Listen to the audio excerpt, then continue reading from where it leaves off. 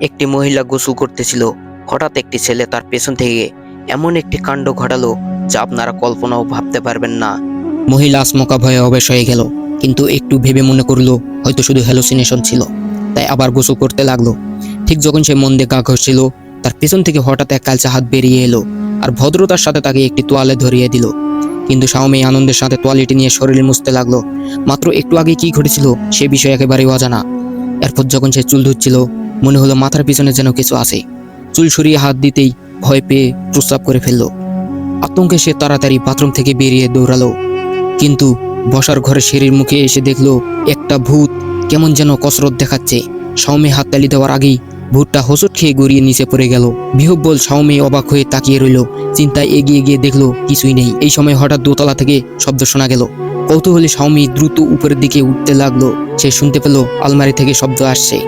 ভয় না পেয়ে সে সরাসরি আলমারিটা খুললো, কিন্তু ভিতরে কিছুই ছিল না। ভেতরে ঢুকে সে দেখলো উপরে একটা গোপন দরজা আছে। তাই লাইটার জ্বালিয়ে সে উপরে উঠে দেখলো এটা একটা পরিত্যক্ত চিলে কোঠা। কিন্তু ঠিক তখনই শাওমি হঠাৎ অনুভব করলো পিছনে কিছু একটা আছে।